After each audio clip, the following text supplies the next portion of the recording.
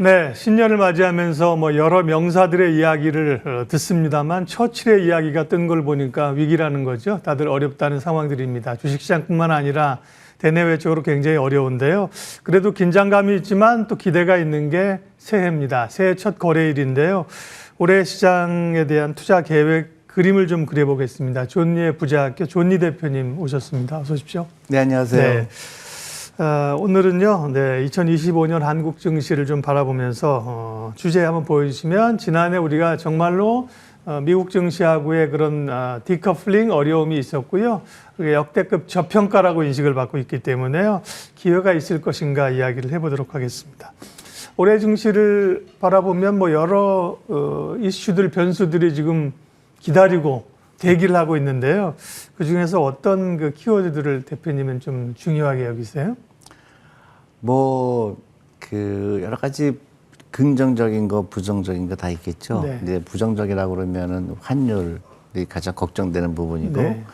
또 많이 얘기하는 이자율에 대한 네. 이야기, 그 다음에 이제 정치적인 이야기, 그런 이제 부정적인 그런 불확실성에 대해서 네. 걱정하는 부분이 있지만 또 새로운 성장 동력, AI라든가 또 모빌리티라든가 전기자동차라든가 그런 거는 계속 새로운 그 가치를 창출한다고 그럴까요? 그 다음에 조금 전에 말씀하셨지만은 한국 기업들이 사상 최대로 지금 싸게 거래가 되고 있다는 네. 사실이 하나 긍정적이라고 생각할 수 있죠. 네.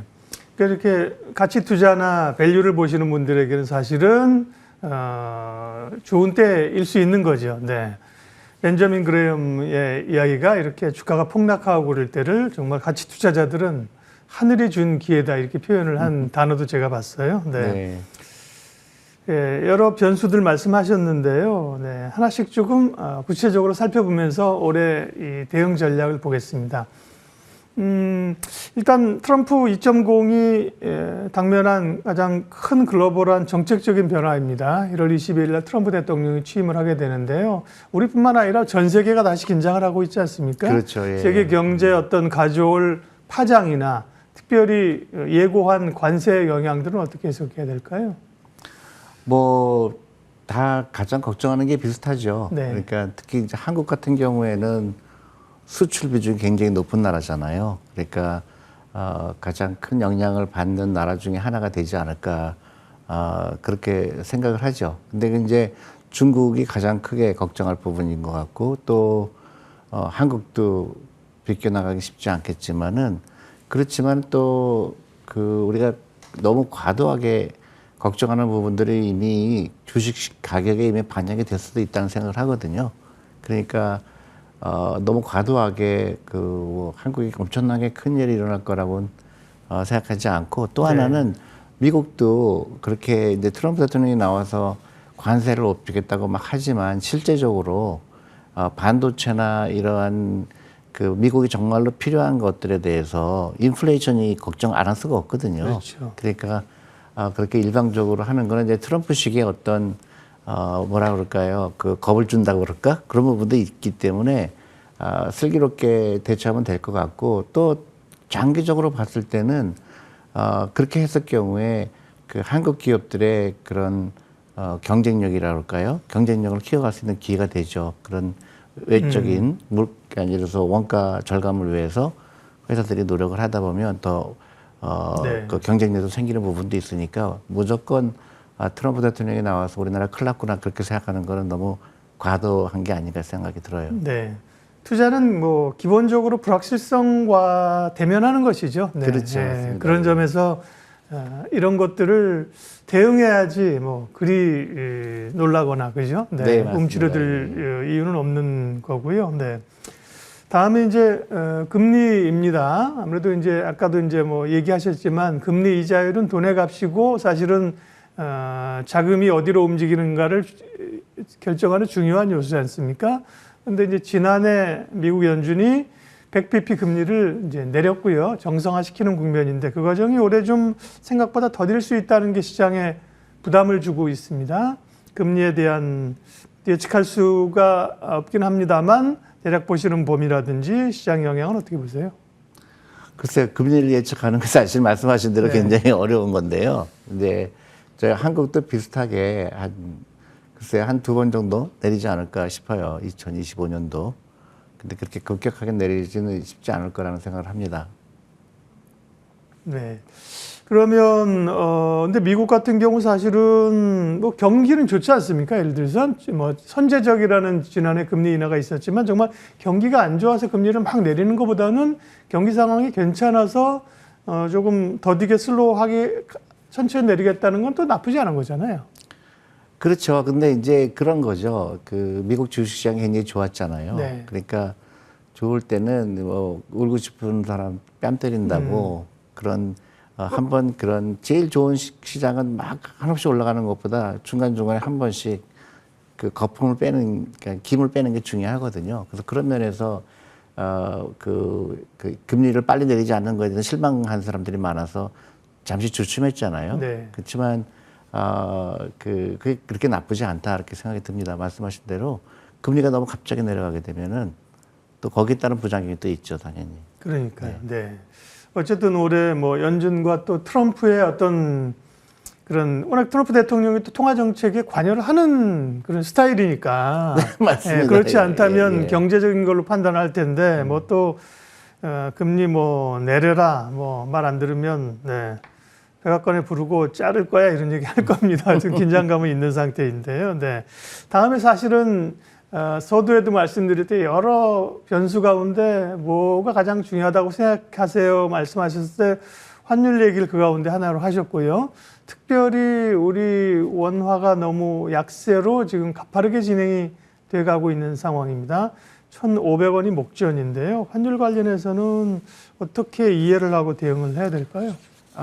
환율은 이제 크게 두 가지인 것 같아요. 하나는 이제 요새 정치적인 불확실성 때문에 외국인들이 이제 한국에 대해서 실망하고 나가는 부분들이 있고 네. 또 하나는 또 이상하게 작년서부터 벌어지기 시작하는 그 한국 주시장에 대한 그 국내 투자가들의 그 혐오, 거의 혐오라고 보거든요. 네. 그러니까 한국 주식 투자하는 걸 조롱하고 미국만 좋다. 그래서 해외에 빠져나가는 돈이 너무 많고요. 그 두 가지가 겹친 것 같은데, 그게 이제 정치적인 그런 그 불확실성이 해결이 되고, 그 다음에 이제 한국 주시장이 너무나 언더밸류 됐다, 너무나 저평가되어 있다는 게 확산이 되게 되면 어느 정도 안정이 될 거라고 보는데요. 사실은 제일 큰 문제는 장기적으로 우리 환율이 어떻게 될 것인가. 환율이라는 거는 우리 한국 돈에 대한 가치잖아요. 그렇죠. 예. 그래서 한국 경제에 대해서 체질 개선을 해야 된다는 생각을 하게 돼요. 그러니까 왜 이렇게 한국 돈이 가치가 떨어질까? 우리가 어떤 노력을 해야 될까? 예를 들어서 우리가 우리 금융 개혁을 한다든가, 그 다음에 한국의 그 기업의 그 구조 조정을 한다든가, 아니면 그런 그 코퍼리 거버넌스 있잖아요. 그 다음에 많은 제도들을 근데 주시장에 나쁠 때는 제도를 고치는 게 훨씬 쉬워요. 그런 네. 컨센서스가 모아지죠. 네, 그렇습니다. 예. 그리고 네. 주시장이 좋을 때는요, 사람들이 그런 개혁을 하는 거에 대해서 관심이 없죠. 그렇죠. 예. 그래서 이럴 때 한국의 체질 개선하는 데 신경을 쓰게 되면 한국은 다시 좋은 투자처가 될 거라고 생각을 해요. 네. 왜냐하면 저도 이렇게 한국 기업들 보면 너무 싼 거예요. 그러니까 퍼가 전체적으로 8배밖에 안 되고요. 네. 프라이스 북을 보면 뭐 0.2, 0.3 되는 것도 많고요. 또 배당률도 뭐 8% 되는 것들도 있고, 이거는 말도 안 되게 저평가되어 있는 거거든요. 제가 생각할 때는 그게 이제 많은 게 한꺼번에 악재가 생긴 것 같아요. 정치적인 거, 그 다음에 트럼프, 그 다음에 한국 주시장에 대한 그런 실망, 그 다음에 그런 기업 지배 구조에 대한 그런 어떤 걱정, 이런 게 다 한꺼번에 겹쳤기 때문에 이게 어느 정도 윤곽에 보이면 저는 한국 시장은 굉장히 빨리 회복이 될 거라고 예. 생각을 해요. 네. 그러나 말씀하신 이제 우리의 기본 체질과 단기적인 원화의 약세하고의 괴리가 있기 때문에요. 그 부분들을 시장에서 부담스러워하는 거고, 실제로 뭐 기업들은 이제 올해 그 경영 계획을 다시 짜야 될 겁니다. 뭐 개인적으로 해외 돈 보내는 이런 분뿐만 아니라요. 길게 보게 되면 여기 이제 어디가 그 먼저 풀리느냐가 관건인 것 같습니다. 예. 그죠? 예를 들면 그러니까 당장에 고통스럽죠. 네. 고통은 어쩔 수 없이 어떻게 이제 견뎌야 하는 부분인데요. 이게 얼마나 빨리 회복이 되느냐. 네. 근데 저도 이제 과거서부터 그 여러 가지 위기를 겪어봤잖아요. IMF부터 리먼 미국의 사태도 금융, 있었죠. 리만 뭐 많은 코로나도 경우를 겪었었는데 있었죠. 항상 사람들은 그런 터널을 지날 때 이번엔 다르다고 생각을 해요. 이번엔 진짜 어렵다. 이번엔 진짜 끝이 없다. 근데 그때가 대부분 그때가 투자하기 제일 좋을 때였기 때문에요. 특히 그동안 주식에 투자하는 거에, 특히 한국 주식에 투자하는 거에 대해서 부정적인 생각을 갖고 있었던 분들이라 그러면 지금이 굉장히 투자하기 좋을 때다. 특히 제가 봤을 때 한국에 디스카운트된 자산들이 너무 많아요. 예를 들어서 그 지주회사라든가, 네. 그다음에 그 우선주와 보통주와의 그 괴리가 너무 높고요.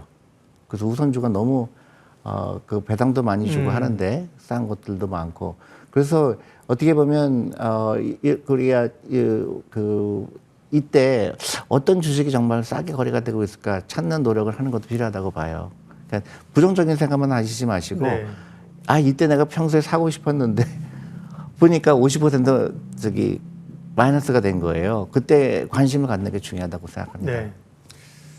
무엇을 고를 것인가의 선택의 문제인데 부정적인 질문이 있어서 하나만 더 하고 긍정적으로 네, 가겠습니다. 네, 네. 3월에 이제 공매도 재개가 예정되어 있는 상황입니다. 사실은 공매도를 우리 같은 국가에서 이렇게 시행한다는 것 자체가 굉장히 외국인 투자자들이 볼 때는 시기에 맞지 않는 것일 텐데, 그러나 어쨌든 공매도를 재개함으로 인해서 개인 투자자들은 좀 우려가 있어요. 네, 전문가들은 뭐 오히려 어떤 불확실성 해소라고 하지만 그 영향은 어떻게 보세요?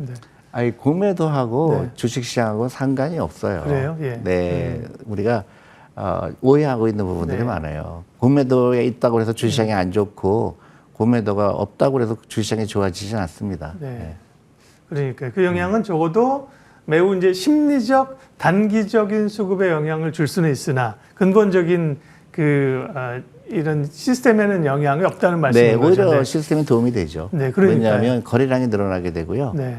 그 다음에 많은 분들이 이제 오해하는 게 만약에 그 공매도를 하게 되면 주식을 또 다시 사야 되거든요. 그러니까요. 네. 파는 것만 생각하는 네, 거죠. 그러니까 파는 것만 생각을 해서 그렇거든요. 네. 오히려 많은 버블이 끼는 거를 막아주는 효과도 있거든요. 그리고 너무 우리는 그 개인 투자가에 비해서 그 기관 투자가들의 공매도가 너무 유리하다고 그러는데 네. 공매도는 어차피 그 기관들의 게임이에요. 네. 그렇잖아요. 그러니까 해외에서도 공매도는 전부 기관들이 하지 네, 개인들은 하지 않는데 우리는 그 기관 투자가들의 비중이 작다 보니까 그런 것 같은데 그건 기관들의 게임이죠. 그러니까 걱정 안 하셔도 된다고 생각합니다. 네. 자, 이제 긍정적인 얘기를 하겠습니다. 말씀하신 것처럼 가장 우리가 유리한 지금에서의 변수는 한국 주식이 가치에 비해서 가격이 대단히 쌓여있는 역사적인 맞습니다. 저평가 수준에 와 있다는 얘기를 하고 있는 건데요. 네. 그러면 그걸 인식한다고 하면 뭐 시기적 상관없이 그럼 아무 때도 올해 지금 오늘 초장부터 사면 되는 거냐. 또 조금 더 대표님 항상 그 타이밍을 맞추려고 하지 말라고 네. 하시지만 그래도 우리가 뭐 상저하고 뭐 상고하죠 하면서 조금 분할 매수는 필요하니까 그러면 좋은 기업들을 언제 좀 사면 투자 적기가 될까요, 올해? 제가 무척 여러 번 얘기했지만 오늘부터 사야죠. 네. 네. 네. 그 당장 사는 거죠. 투자하기 네. 제일 좋을 때는 오늘이에요. 네. 그러니까 항상 주식 가격은 이미 많은 악재가 이미 반영이 돼 있는 겁니다. 그러니까 내가 시간을 맞추는 거는 불가능하고요. 근데 다행히도 주식 가격이 많이 싸기 때문에 예를 들어서 오늘 내가 주식을 샀는데 내일 뭐 맞아요. 마이너스 5%가 될 수도 네, 있죠. 네. 항상 가능하죠. 근데 내가 마이너스 5% 아니면 플러스 5%를 벌기 위해서 투자하는 게 아니거든요. 내가 5년, 10년 동안 투자해서 뭐 100%가 되건 200%가 되건 예. 그 목적이기 때문에 내가 단기간에 떨어지는 거는 내가 알 수도 없고 관심도 없어야 돼요. 네. 그렇게 생각하시면 좋은 타임이라고 생각하고요. 그다음에 아직도 우리 한국은 주식 투자 비중이 굉장히 낮아요. 자산에서. 그러니까 저는 이런 면에서 전반적으로는 검토가 필요할 거라고 보고요. 특히 퇴직연금에 내 퇴직연금에 주식이 얼마큼 투자되어 있는지, 그다음에 미국 주식과 한국 주식에 어느 정도 비중이 있는지, 이제 이런 전체적인 포트폴리오를 가지고 투자 결정을 해야 되는데 우리는 큰 픽처를 보지 않고 당장 뭐 몇 % 벌고 싶어서 네. 하는 투자를 하게 되면 전체적인 거에 의미가 없죠. 그래서 좋은 기회라고 생각되는데 일단 제도적으로 이 주식이 안 예. 좋을 때 제도적인 점검이 필요해요. 저는 상속세 문제도 우리가 공론화할 필요가 있다고 보고요. 왜냐하면 경영진과 주주들의 이해가 상충되는 경우가 많거든요. 그런 거라든가 상법 관련 예, 상법 관련도 상법 해야 개정. 되고 예. 그게 더 중요하지 않을까 싶어요. 장기적으로 봤을 때 한국 주시장이 꾸준하게 미국처럼 우상향할 네. 수 있는 방법이 뭘까? 그게 제일 중요한. 좋은 예. 말씀하셨습니다. 네. 어려울 때 제도를 사실은 공감대를 가지고 고칠 수 있는 적기다, 그죠? 맞습니다. 밸류업도 그렇고 예, 그렇죠. 우리가 예. IMF 때 많은 게 네. 법이 바뀌었거든요. 네네. 근데 주시장이 좋을 때는 안 바뀌어요. 그러니까요. 네, 그때는 그러니까. 다들 왜 손대 이런 얘기를 하니까요. 네, 맞아요. 어쨌든 투자의 타이밍은 어쨌든 타이밍을 자꾸 잡으려고 하지 말고 이런 시간의 지평에서 투자라는 말씀은 쭉 하고 계신 거고요. 그럼에도 불구하고 좋은 기업을 고르려는 노력이나 세상의 변화들은 따라가야 되잖아요. 그런 그렇죠. 점에서 이제 AI가 강한 화두였었는데 또 그 안에서의 세부적인 양상도 좀 달라졌습니다. AI에 관한 인사이트 좀 주세요. 저는 AI가 우리가 이제 생각하면 AI다 그러면은 우리가 그 AI에 직접적인 관계되는 회사만 생각하잖아요. 네. 뭐 반도체라든가 네, 네. 뭐 근데 그것 말고 AI를 통해서 혜택을 보는 섹터들이 많아요. 통신 같은 경우에 그 원가 절감이라든가 그다음에 새로운 비즈니스 창출을 할 수 있는 부분들이 많기 때문에 AI를 통해서 어떤 기업들이 그걸 그렇게 생산성을 높이거나 하는 거에 이득을 볼까 그런 기업에도 관심을 가질 필요가 있거든요. 우리 개인도 AI가 생기면서 굉장히 발전하잖아요. 예. 저 같은 경우도 예를 들어서 회사를 리서치할 때 AI를 통하니까 엄청나게 효과를 보거든요. 검증만 하면 되니까. 그렇죠. 예. 마찬가지로 이제 저는 그 중에서 가장 효과를 네. 보는 섹터가 통신이 아닐까 싶어요. 네. 그 다음에 뭐 우리가 플랫폼 뭐 카카오라든가 네이버라든가 네, 굉장히 네. 큰 그 새로운 그 기회를 창출하지 않을까. 그래서 그런 기업들도 눈여겨볼 필요가 있다고 생각해요.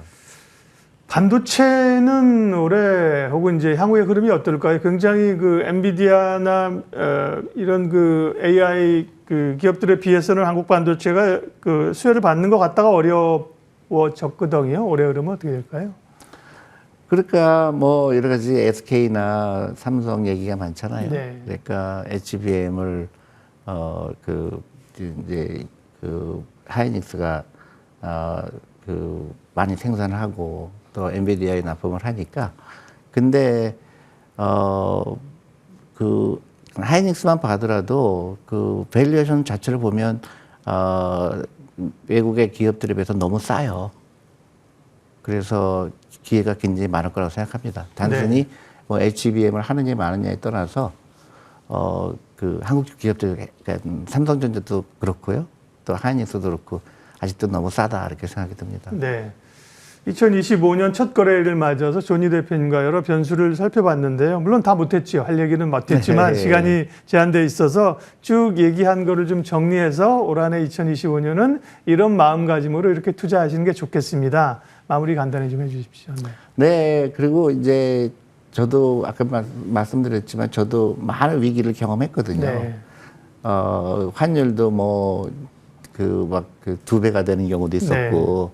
근데 결국은 그 모든 사람들이 다 그 낙담할 때 모든 사람들이 이번에는 이번에 위기는 쉽게 없어지지 않을 거다 이렇게 할 때 대부분 그렇지 않았어요. 그래서 길게 보시고 그 다음에 그 혼자 하시지 마시고 친구들 그 다음에 우리 가족들 좋은 주식 찾아보는 그런 훈련도 해보면 좋지 않을까 싶어요. 좀 워낙 싸니까 우리 주식에 대해서 좀 더 친근할 수 있는 기회가 되지 않을까 싶어요. 근데 이제 걱정이 생기죠. 근데 그거를 극복하는 노력도 하나의 좋은 투자 습관이라고 생각합니다. 네. 2025년 첫거래일 신년 특집으로 존리의 부자학교 존리 대표님의 투자 마인드 또 전략 함께 들어봤습니다. 오늘 말씀 고맙습니다. 네, 감사합니다.